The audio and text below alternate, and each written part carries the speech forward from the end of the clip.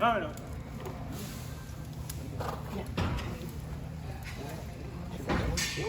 Okay, Kenny, so you're here with Tiz the Bomb, who has, done nothing wrong. Talk about how he's doing coming into the juvenile turf. We're real excited. I mean, he's had a great fall already, and he basically drug us here. I mean, win and you're in at Keeneland. Obviously, gave us every reason to come, and really talented horse and easy to be around. And here we are. I hope he has a really good trip in the race. I think that's my biggest concern.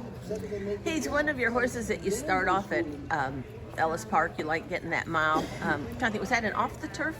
Yeah, he won a mile dirt race at Ellis off the turf by 14, and then he came back on the turf at Kentucky Downs and won that $500,000 juvenile at Kentucky Downs, and then Keeneland. So he's done everything right in the last three. I've had a lot of luck prepping horses at Ellis. You know, Crazy Beautiful, another good filly that we've had. She broke her maiden going a mile on the turf at Ellis, and I'll give you a long list of other ones. I mean, I think Daddy's Little Darling won down there, and but I think it's a great launching pad. I like to run in young horses a mile anyway. I think the sooner you run them long, the better it is for them physically and mentally.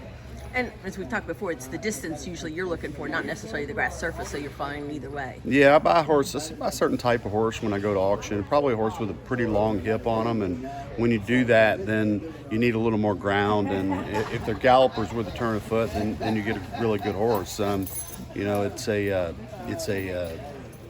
The distance and the way they move through themselves, I think it's important.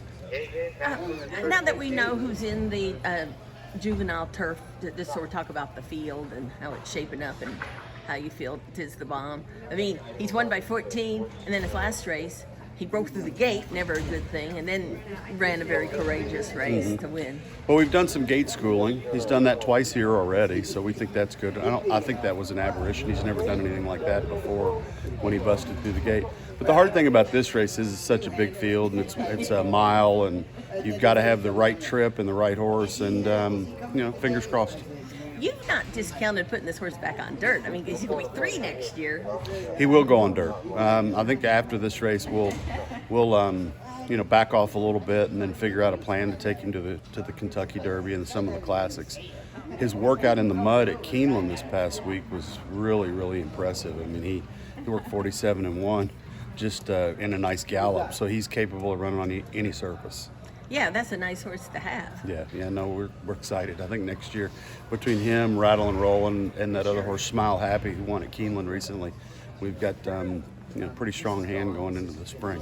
Yeah, and you were just saying that with Rattle and Roll, he just out of his last work or something, just wasn't. He was a little bit off behind coming out of his work at Churchill, and it was an easy decision. I think that horse is a big, immature horse still, even as already a Grade 1 winner. But I decided we had to pull a hind shoe. We thought it was a bruised foot. Pulled the shoe, and within a couple of days, he sounded up. So I don't think it's anything major. And we're going to have Dr. Bramlett go over him a little bit and make sure that there's nothing else that could be bothering him. And then we'll regroup and get him to the spring too. And you had been, you were on the fence about bringing him out here in the first place. Yeah, I don't know if I was looking for a reason so much as I got one. It's tough. These young horses, they sometimes a little bit more time between races helps them. And I ran him back really quick going into the Keeneland race because he was doing well and the timing was pretty good. But I don't know, coming out here would have been fun, but right thing, he just wasn't 100%. So we needed to make sure. I didn't want to have to bring him out here and then work on getting something sorted out on short order. It wasn't something that I needed the pressure of.